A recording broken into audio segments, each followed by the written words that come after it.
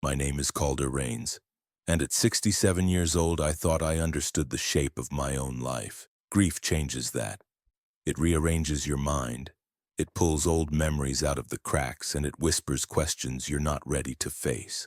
3 months after my wife Lydia passed, I found myself sitting in a quiet office high above downtown Port Trent, sunlight bouncing off glass towers while my children discussed my future as if I weren't in the room.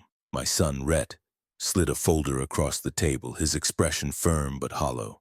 "Dad, it's time to let go of the coast place. It's been 25 years. Nobody goes there." My daughter, Maris, nodded like it was a board meeting. "It's the right move. It's falling apart. We'll handle the sale. You just rest."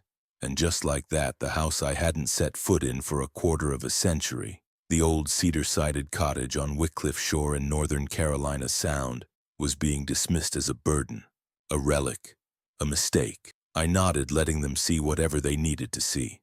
A tired widower, too worn down to argue. But inside, something tugged, a feeling I hadn't named yet, an uneasiness that slid between my ribs and stayed there. Before I tell you what happened next, subscribe to the channel and let me know in the comments where you're watching from. It helps more than you know.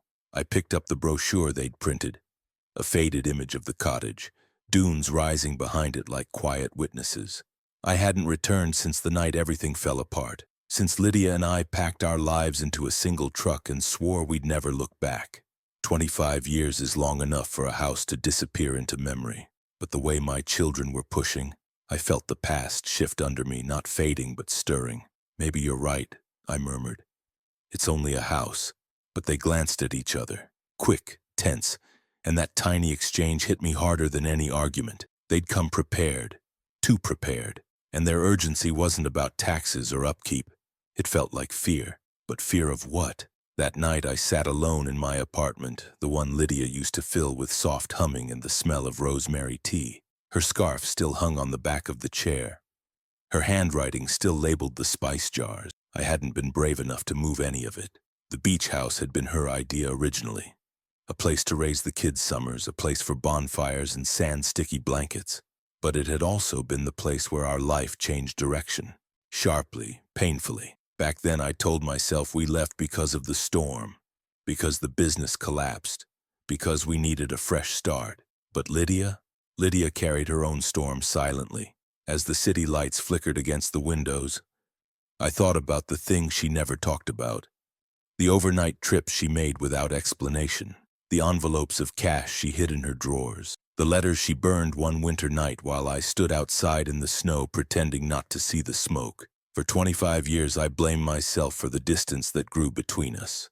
Grief has a way of turning every unanswered question into a regret. But now something didn't add up.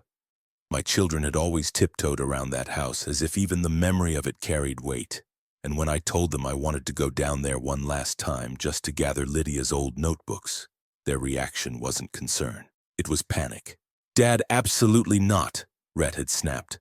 "The place is dangerous, the floors are warped, the road is half washed out. The humidity alone could kill you," Maris added, her voice trembling. "Please, just let us handle it." Handle what? A rotting porch, a collapsed deck.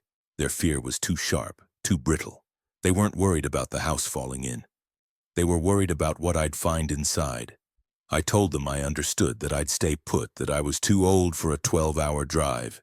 They relaxed instantly, too instantly. So at dawn, while the city was still sleeping, I packed a small bag, grabbed the old brass key Lydia had hidden in her jewelry box, and slipped out quietly. My children thought I was visiting an old friend in Fairbanks. They didn't know I was steering my car south toward a shoreline I'd sworn I'd never see again. As the highway opened in front of me, the truth settled in my chest like a living thing. Something waited for me on Wycliffe Shore. Something Lydia had protected. Something my children were terrified I'd uncover.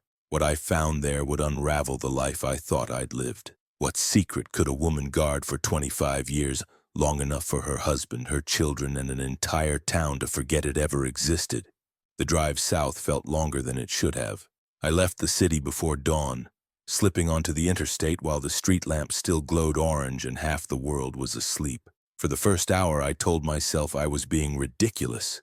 That the unease I felt back in that conference room was nothing more than grief playing tricks on a 67-year-old widower's mind. But the farther I drove, the less convincing that lie became. The morning light climbed through a pale haze as I cut through the low country. Marshlands stretched endlessly to either side, wide sheets of water reflecting the sky in broken pieces. The closer I got to the coast, the heavier something inside me became, a weight behind my ribs. A tightening that grew sharper with every mile. 25 years. That house had sat untouched by me for 25 years, and yet my wife had visited it often, more than often, seasonally, reliably, as if it were a ritual woven into her life. Back then I believed her explanations. Quiet weekends, the need to breathe ocean air, her mother's keepsakes she liked to sort through alone. But now those memories tasted different, bitter, as if they had been dipped in something I refused to swallow. Around midday, I stopped for gas. The heat was already settling thick across the asphalt, bending the air above the road. A young attendant wiped down pumps while humming to himself. I leaned against the car, letting the sun warm my stiff shoulders. Across the parking lot, a map of the Barrier Island region was posted beside a stack of free tourist brochures. Bright colors and smiling families on the covers. 25 years I had stayed away from the place. 25 years since the last fight with Lillian's parents, the foreclosure scare, the shame of packing our life into cardboard boxes. My wife had insisted we move inland, start over, let the ocean swallow the past. I didn't resist, because she had seen me at my lowest. I owed her that much, I thought. But the truth was, after what happened with our business partner, after the betrayal that shattered my early life, I could not stomach the coastline anymore. The house had become a scar I tried not to touch, and she knew that, which made her solitary visits feel sharper now, like tiny pins pressing through old cloth. I paid for my gas, got back on the highway, and tried to settle my mind. But a question kept circling me like a hawk waiting for an opening. What exactly was she doing in that house all those years? By late afternoon, clouds gathered low overhead, thick, dark, and heavy as bruises. A coastal storm waited somewhere beyond the horizon, muttering in the distance. The wind picked up steadily, carrying the scent of brine and seagrass. I rolled down the window, letting the salt sting my face. Familiar, painfully familiar. Half an hour later, I crossed the long bridge that arched over miles of shallow water. The waves churned beneath like restless animals. The moment I hit the other side, the landscape shifted. Scrub pines bent from years of wind, old signs half faded by salt spray, small weather-beaten houses clustered close together. I had reached the island, but I didn't turn toward the road leading to the house. Not yet. Instead, I parked beside the county records building, a squat sand-colored structure surrounded by dunes. If something truly was wrong, this was where the paper trail would begin. After all, lies rarely reveal themselves first in people. They reveal themselves in documents. Inside, the air conditioning blasted cold across linoleum floors. A lone clerk sat behind a counter, tapping at a keyboard with 2 fingers. She didn't look up until I cleared my throat. "I need to check the tax records for a property," I said, sliding my driver's license toward her. "It's under my name, Marlo Reeves." Her gaze flicked from the card to me, then back to the screen. She typed slowly, squinting at the monitor. After a few seconds, her eyebrows lifted. "Oh, yes. That property." Something about the way she said it, soft, almost cautious, made my stomach tighten. "What about it?" I asked. She clicked again. "Well, everything is fully up to date. Paid on time for, let me see, 25 years straight, not a single missed quarter. That can't be right," I said quietly. "I haven't paid anything for that place since we moved inland." Her expression didn't change. "Someone has." A faint ringing filled my ears. Someone. Not me. Not my children. They had no access. Which left only one possibility. And the moment the thought formed, it began to root itself deep, heavy, undeniable. If Lillian had been paying the taxes for 25 years, then she had kept that house alive for a reason. And suddenly I wasn't sure I wanted to know what that reason was. I didn't realize it yet, but the tax records were only the first crack in the truth. The real fracture, the one that would split my world in half, waited just a few streets away. I should have been exhausted after the long drive, after the emotional chokehold of confronting my children. After standing in a house I thought I had abandoned forever, but instead I felt strangely alert, sharpened in a way I hadn't been in years. Maybe it was adrenaline. Maybe it was finally stepping into the truth after 25 years of walking around it. The house did not smell like memory. It smelled like habitation. Someone had been living here. Not occasionally. Not for nostalgia, but full time. A thin film of dust coated the shelves, but only the high ones. The lower cabinets looked smudged, opened often. A pair of small slippers sat neatly beside the sofa, the kind a young girl might wear. A pink plastic hair tie lay on the coffee table beside a mug. My throat tightened. This wasn't just a secret guest. This was a home.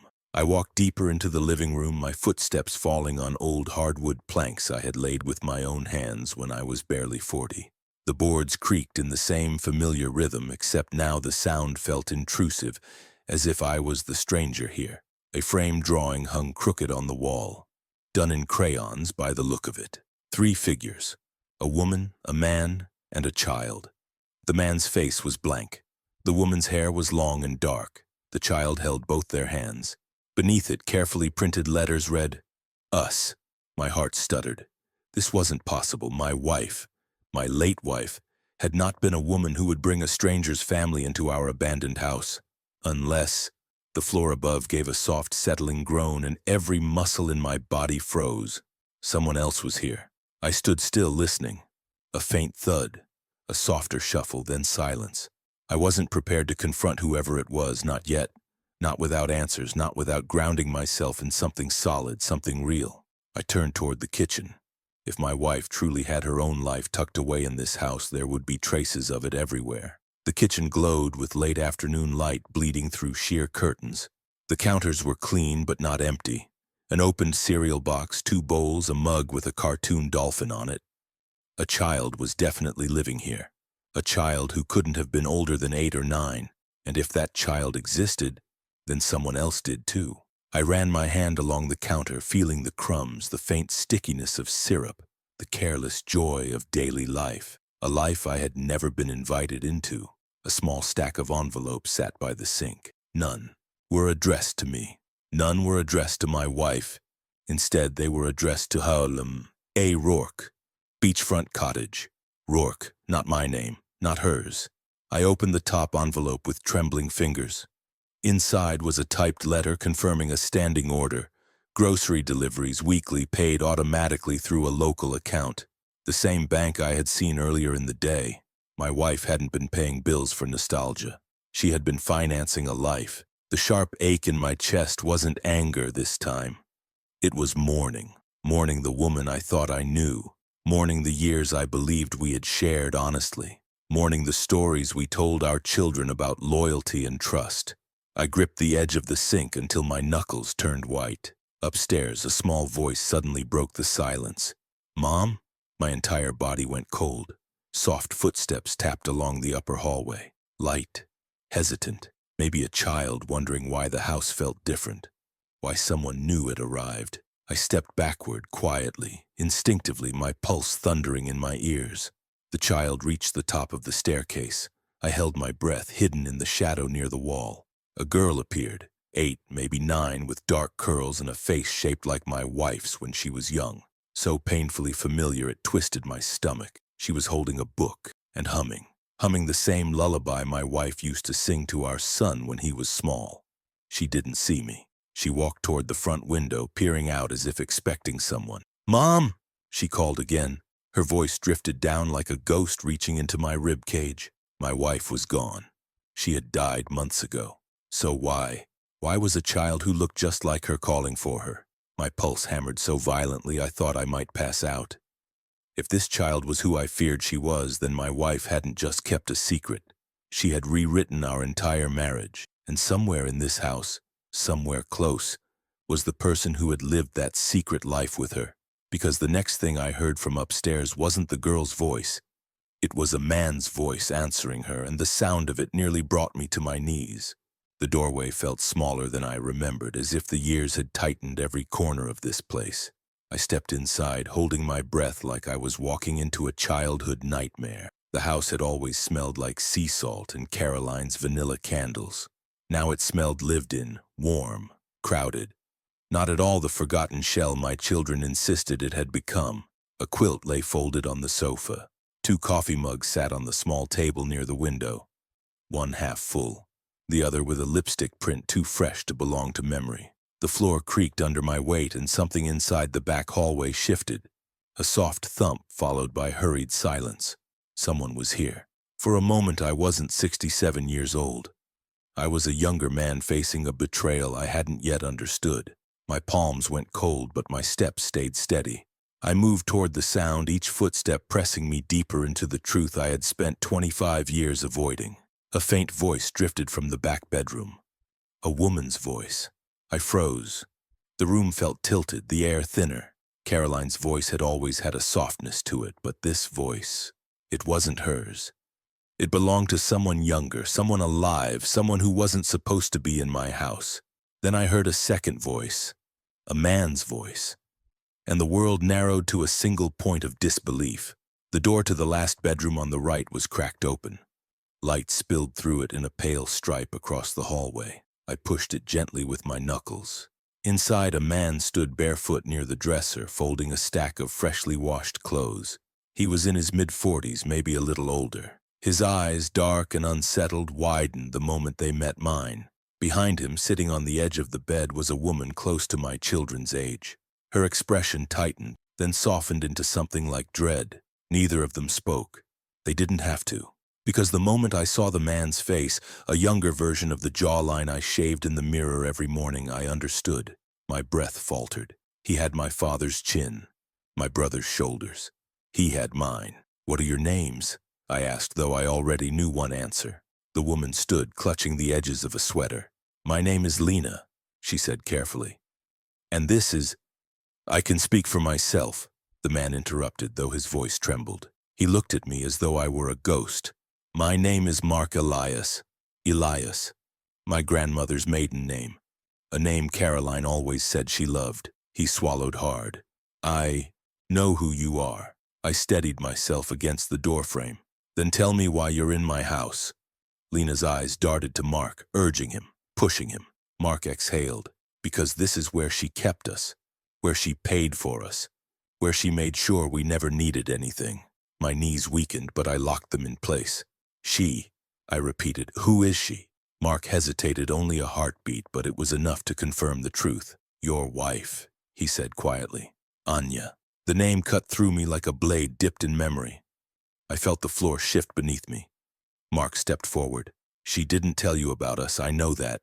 But she came here every season. She raised me. Not as a lover, not as a charity case, but as a son she couldn't bring home." The air drained from my lungs. My vision blurred around the edges. A cold clarity settled inside my chest. "A son," I repeated. "Yes," he whispered. "She tried to tell you once, years ago, but then the debts happened. The move happened. Life fell apart, and she was so afraid she'd lose us both." His words hit harder than the truth itself. She had kept a second family. Not out of romance, but out of impossible choices, buried secrets, and fear of destroying the life we rebuilt together. Lena wrapped her arm around Mark, grounding him. "We aren't here to hurt you," she said softly. "But you deserve to know." I looked at the two of them. Two strangers who carried my blood and my wife's heartbreak. The next word I spoke felt like stepping off a cliff. "Why now?" I asked. "Why reveal this now after all these years?" Mark's expression shifted into something grim. "Because someone else has been here," he said. "Someone who wants us gone. Someone who knew about us long before you did." "Who?" He didn't hesitate. "Your daughter." My stomach dropped. Before I could respond, a car engine rumbled to a stop outside. Tires crunched on gravel. A car door slammed. Mark's face went pale. "She's back," he whispered. I turned toward the front door, every old instinct firing at once. Whatever truth I thought I was ready for, this wasn't it. And the person stepping onto the porch was carrying the one answer that might destroy all of us. I stood in that narrow hallway, staring at the cracked door at the end of it, the one that had always been a linen closet back when my wife and I still lived here.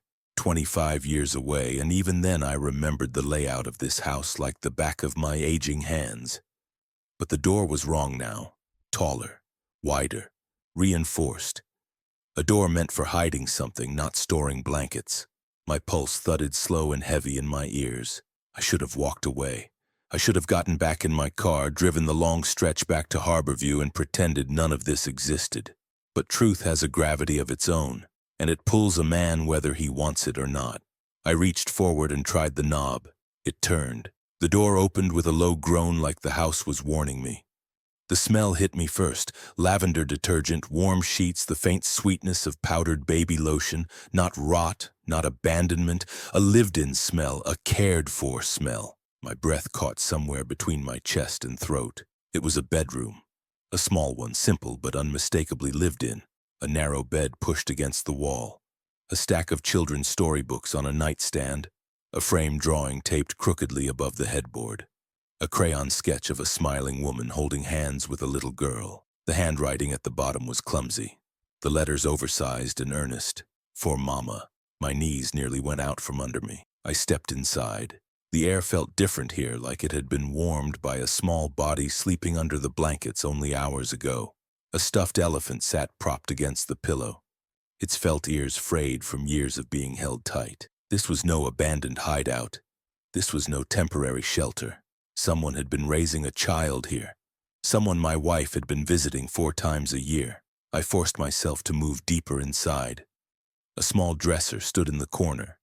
Clothes neatly folded, hair ribbons, a pink windbreaker with a little embroidered flower on the sleeve.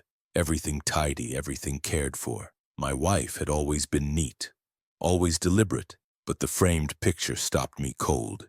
It sat on the dresser. A woman, younger than my wife but with a faint resemblance around the eyes, smiling at the camera while holding a toddler barely old enough to stand. The woman looked familiar in a blurry, half-remembered way, like someone you saw often but never paid attention to. A neighbor?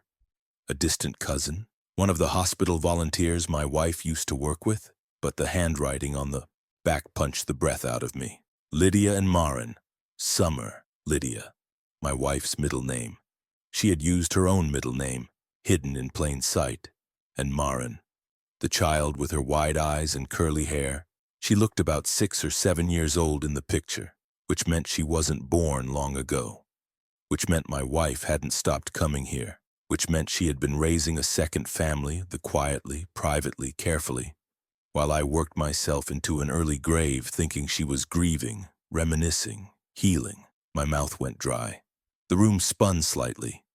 There on the other side of that doorway, my entire marriage tilted into something unrecognizable. The lies weren't sharp or dramatic. They were quiet, steady, woven through decades like threads in a tapestry meant only to be seen from one angle. And now that I'd stepped behind the fabric, everything looked different. A soft creak echoed from the front of the house. I froze. Footsteps, slow, uneven, making their way across the wooden floor. Someone else was here. Someone who hadn't been when I arrived. I turned, heart pounding against my ribs like a trapped animal. The hallway stretched before me, narrow and shadowed. The sound grew louder. The unmistakable rhythm of a person walking with the familiarity of someone who lived here. A woman's voice called softly, "Sweetheart, are you up?" She wasn't talking to me. She thought she was talking to the girl who wasn't here. The girl whose existence my wife had buried beneath 25 years of deception. I stepped back into the shadows as the footsteps approached, the truth settling on me with a weight heavier than I'd ever carried. The real nightmare wasn't the betrayal. It was that it wasn't over yet. And as the woman rounded the corner and finally saw me standing there, her face drained of all color, because she knew exactly who I was and exactly what I had just discovered. I shut the door behind me and stood with my back against it, trying to steady my breathing. The house felt smaller now, as if the walls themselves had shrunk around the truth. For a long moment, neither Jonas nor Camilla spoke. They just watched me, their faces pale and braced, as though I were a wave about to break over them. Finally, Camilla whispered, "Dad, please sit." "I'll stand." Jonas looked like he hadn't slept in days. "We didn't lie to hurt you." My laugh cracked like old timber. "You hid a family from me, that counts as hurt." Camilla wiped her eyes. "Dad, she wasn't a family, not like what you're imagining." "Then you can start explaining," I said, because I just spent the last hour in a tiny room listening to a woman tell me she shared a child with my wife while I was working myself half to death to rebuild our lives. Jonas opened his mouth, closed it, and tried again. Dad, she wasn't someone Mom loved romantically. It wasn't like that. It was a responsibility, Camilla whispered. One she thought you wouldn't survive learning. I stared at her. Try me. She swallowed. 2 years before we left the coast, Mom found her. Elena. She was barely out of high school, living out of her car, dealing with things no one her age should have. Mom took her in, quietly. She helped her get stability, helped her finish school. She helped her raise Mateo when he was born. And she couldn't tell me? My voice scraped out. I was her husband. She thought telling you would break you, Jonas said softly. Back then you were drowning trying to save the business. You weren't sleeping, barely eating. You were angry all the time, not at us, just at everything collapsing. I gripped the edge of the counter. So they lived here, in my house, for 25 years. She didn't plan it that way, Camilla said. Mom helped them get started, but then Mateo got sick, really sick. And the medical bills were impossible. They lost their rental. Mom couldn't just watch them fall apart, so she kept them here, I murmured, and used my money and hid it. Dad, Camilla whispered, it wasn't your money. It was the money you earned for the family. She wasn't stealing from you. She was taking care of people she believed she was responsible for. My chest tightened. And when were you going to tell me? Jonas rubbed his face. We tried, 12 times. Mom begged us not to. She said you'd see it as betrayal and she couldn't lose you. I looked out the window at the gray, water beyond the dunes.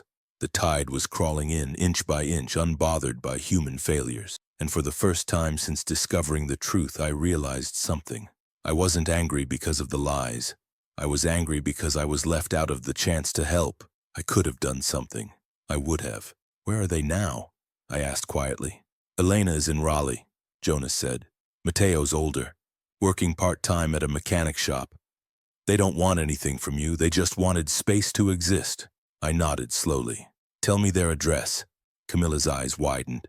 Dad, are you sure? Your mother made her choices, I said. I get to make mine. They exchanged a glance. Half fear, half hope. I left the house at dusk. The sky was a dull amber over the water, clouds layered like old memories. I didn't look back. The past had already shown me everything it had to show. But as I reached my car, I paused. I wasn't here to punish strangers for the choices of someone I loved. I was here to decide whether I could carry the truth without letting it poison what remained of my life. By the time I merged onto the highway, I had my answer. Some stories end with fury. Mine would end with clarity. And the first step toward clarity was meeting the two people my wife had carried in her heart for 25 years. Maybe forgiveness wouldn't come quickly. Maybe it wouldn't come at all. But the road ahead felt open, like a shoreline at low tide, waiting. And if you've been listening this far, subscribe to the channel and let me know in the comments what time it is where you're watching from. It helps more than you know.